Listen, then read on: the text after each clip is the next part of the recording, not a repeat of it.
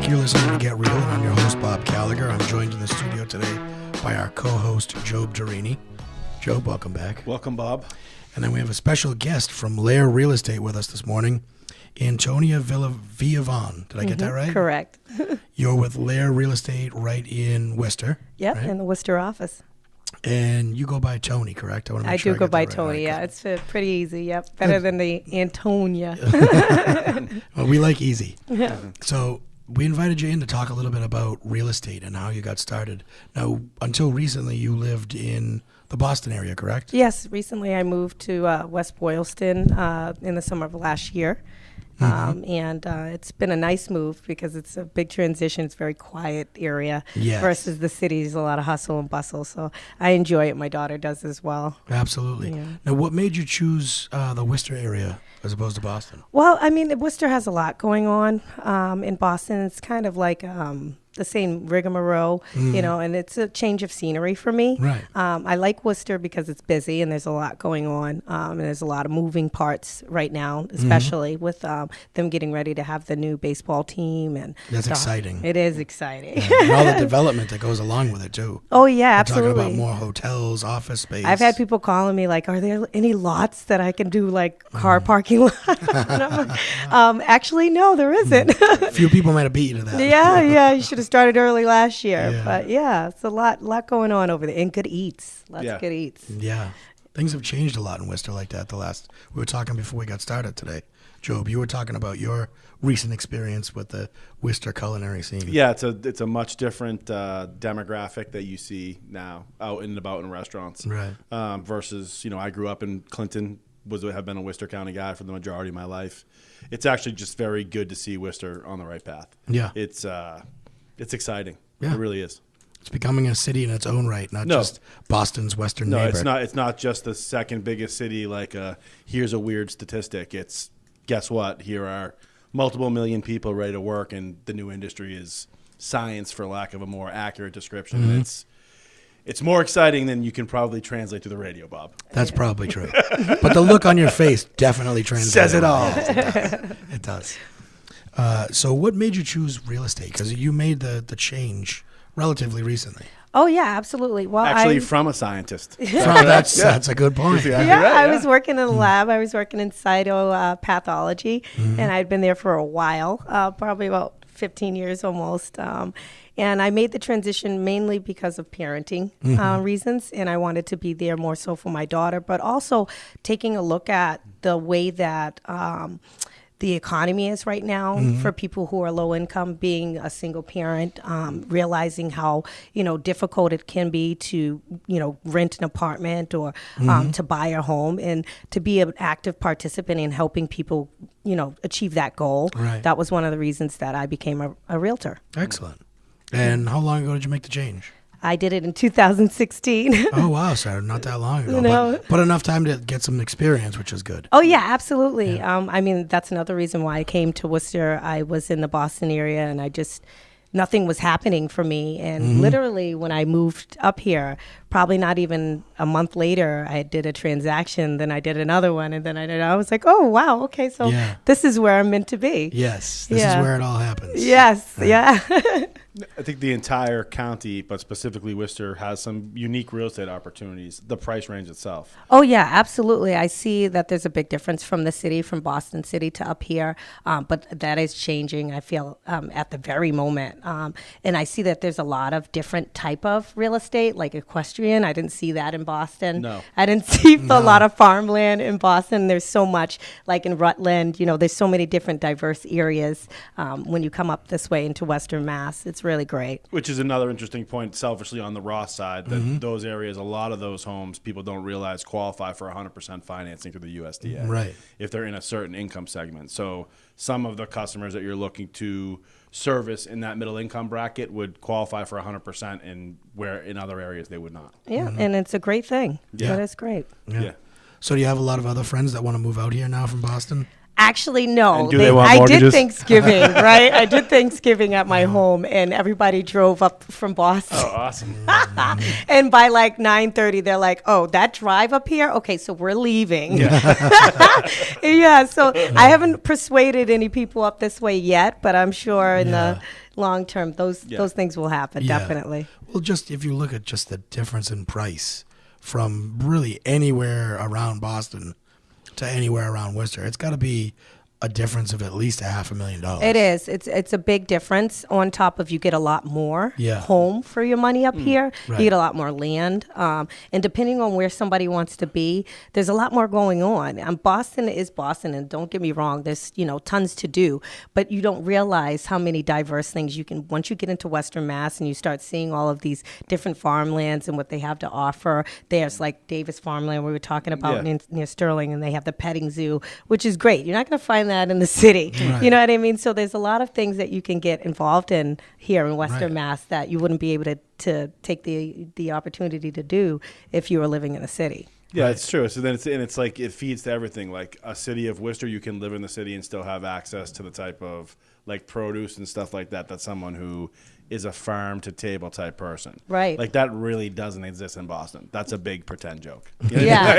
Where are they farming? On the island? That's the only farm in Boston. Yeah. That's like true. you can throw a rock and hit a farm in Worcester County, damn Yeah. it. And we're proud of it. Sounds like we got a battle of the towns going on right now. I don't want to get into it. It is true though. There's a lot of reasons to move out here. I mean, if you have work out here, I wouldn't want to commute from. Well, it's Worcester funny to Boston because every a day. lot of people that Reverse, are right? I see now are moving up this way Yeah. don't mind the commute because they're benefiting, Right. with how much they're getting in a home now. That's true. I have a couple of buyers that were out looking now, and they're coming from Brookline, and they don't mind, going further than Stowe, and they want to see houses in Gardner. And I'm yeah. like, are you serious? You're going to commute? And they're like, yeah, I don't mind. Look at how much I'm getting. Yeah. If I bought the same amount of money to Boston, I'm going to get like this much. Yeah. And that's Can you even get anything for $500,000 in Brookline anymore? Oh, absolutely not. I think a garage. Yeah. And if you look at like a commuter, Yeah. 90% of their time is spent in that same 10-mile area anyway. Yeah. So, I mean, I know I'm not saying it's great to commute for Gardner, but what's the difference if you're spending an hour in the car anyway? An hour and 30 minutes? Because you're not hitting any traffic on the 30 miles from That's true. there to where it really gets busy for the city. That's true. And now you get the commuter rail. You get the commuter rail in Westminster now that runs the no stop service, nonstop service. That's gotta be It's an phenomenal. hour. It's an hour from Westminster to downtown Boston. Yeah, it actually works now, and that used to be factually just a train to carry people out to Red Sox games. Yeah. Yeah. Now people Now. are actually commuting. Yeah, that tells you something about that area. Yeah. That's what probably a lot of people moving over there. Yeah, that's great. And now you've got the Worcester area. You got the Union Station, which is great. You can catch a Yeah, I train saw right it. into the city. I didn't even realize that there was a commuter rail station in Worcester. That's how Really? dense I am. I said, "Is that the train?" And one of the guys was like, "Yeah, there's a lot of heavy traffic coming from the Worcester area to get out to Boston." Yeah. And my sister works for the MBTA, and she's the one who told me. She's like, "Yes, there's a lot of traffic coming from Western Mass now. Yeah. A lot. They've had to actually increase the schedule." Yeah. So yeah. But that line, the Route 9 line, I think they call it, or the Purple line, I forget what it's called. but Purple line. My wife used to ride that into Boston every day, and that one is the oldest and in the worst shape.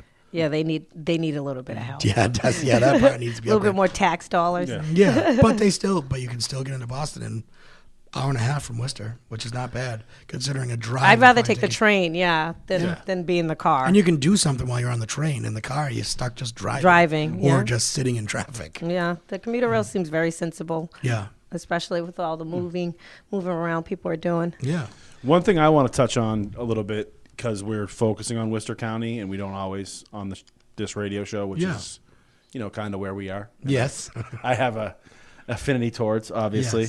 Yes. Is just the opportunity for first-time home buyers out here. Right. Like, I think along the lines of what you were discussing, not just more for your dollar, But the fact that you have a very healthy, if not robust, rental market here, Yes. and you can access a 2 or 3 family if you're a young, skilled person or long-term job or professional or doctor in an area that will self-support your mortgage still, but won't require you to put $70,000 down to buy a multifamily. I mean, these are huge opportunities. I mean, that and price range, you know. Yeah, and it's going to grow, so you actually benefit, long term. If you purchase it up this way. And, this inventory of multifamilies in Worcester that was seen as maybe something negative during the financial crisis is actually something that's incredibly attractive to these young professionals that are graduating college. Yeah. It's one of the reasons why they're retaining so much of the brain power that comes out. Right. Because it's a great real estate opportunity right off the bat. And the multifamilies around the colleges around here, they're getting pricey by Worcester standards. Yeah. But still, you could buy 3 or 4 of the nicest ones in Worcester versus one of probably the most run-down ones in Cambridge or Somerville. Mm-hmm. Yeah. And you're not getting similar rates, but you don't need to. No. And you don't. It's No, if you factor in what you're getting, though, if you spend, $1.5 million on 3 or 4 multis here versus one there, I'd be willing to bet you're making a lot more money here. Than you are out there. Well, they're in great condition. Right. There's a lot of houses that are they were built very, very well up here. Yes. You don't see a lot of them needing a lot of work, and I don't actually see a lot of new construction up this way at all either. So that just says something about the homes. They're not tearing them down. They're keeping them and they're staying. Yeah.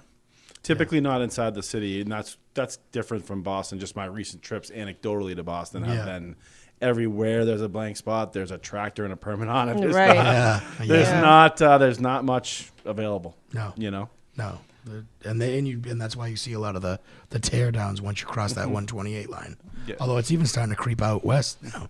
Yeah, I mean, well, there's not. I think that, especially with the different cities, I don't think a lot of cities are going to go for that up here. And I think a lot of people are very proactive. Boston's kind of one of those, if there's a town hall meeting, nobody's really showing up except for the people who are always faithfully there versus these little towns, they're homesteads and they want to make sure that they stay that way, which is a good thing, Yeah, absolutely. Now, through your transactions last year, Tony, I'm sure you did buys and sells. What do you think the most important thing for any buyer or seller is to know about you and about the transaction and about the value that you as an agent bring to the transaction? Well, I think it's important for us to be on the same page. I think communication is like a really big thing. I have to kind of understand your needs and your desires and your wants and kind of come together with you in order to figure out exactly where you feel comfortable. I think it's most important to have somebody who listens, and I'm a good listener. I like to listen to my clients and make sure I hear them. And I always know that it's time. Everything is about time. I can't rush a buyer or a seller. I can't rush someone into a home. If it's going to take 20 or 30 showings, that's what it's going to take. Until we find what you're comfortable with. And in the process, they're learning as well. This is something that someone doesn't do on a daily basis. So I have to make sure that they're okay, that they feel okay. They're not overwhelmed. They're not, feeling like I'm trying to push them or that there's some type of rush, because this is the biggest purchase they're really going to make in their lifetime. So, for me, the value in what I do and what I bring to the table is just being a good listener and being a good person that actually takes the time to find out what your needs are. And I think that in this time that people really need to value what they're purchasing, and they need someone to hold their hand. Yeah, I agree with that. I think there's in a time where we live in where there's so much available online, it's not, funny is the wrong word, but it's very consistent to see as consumers get closer and closer to the transaction, they want a physical human being to be there with them at inspection, to be there with them through the process, to give them advice on ancillary products that they need to buy a home. I mean, some people think buying a home is just you pick a home and that's it. I mean, you see, it's funny because financing arm, insurance arm, appraisal arm, all these different things factor in, and you need someone to guide you through that process. It's so funny because the beginning of the transaction, they're totally different towards the end. Yes. Because it's so much knowledge. Even as me being, a fresh realtor, I'm learning every time I go out the door. I'm learning something new. For someone who's not even in that, every part of the process, it's still overwhelming. And they think they know some things, you know, when they're just starting, and then they realize they're just touching on the surface of the things that they need to know. Yeah. Yeah. Have an overall education of every part of the buy. Yeah.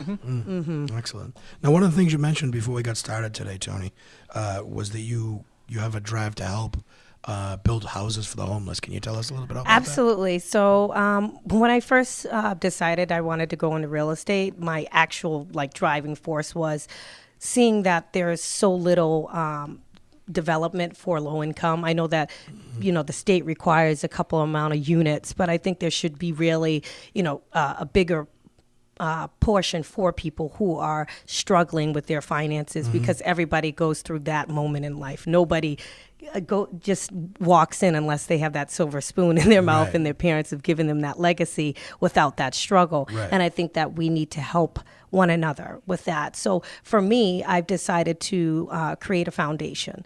And part of that foundation is me learning real estate, me learning building, and me learning the overall everything from being a builder to a contractor to a realtor, all the total moving parts of all of that, in order for me to actually build, you know, this foundation. Excellent. So that's what steered me in this direction.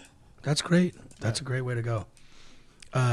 Before we finish up today, I'd like you to give your contact info to people that might be listening that are looking to buy or sell in Worcester County. What's the best number to get you? Sure. The best number to reach me is 617-373-0053. And can you give it one more time? 617-373-0053. Good. We're just about out of time. We really appreciate you coming in and joining us today. Oh, no, thank you. It was my pleasure. You're very welcome. Yeah. We're going to take a quick commercial break. We'll be back with more Get Real after these messages.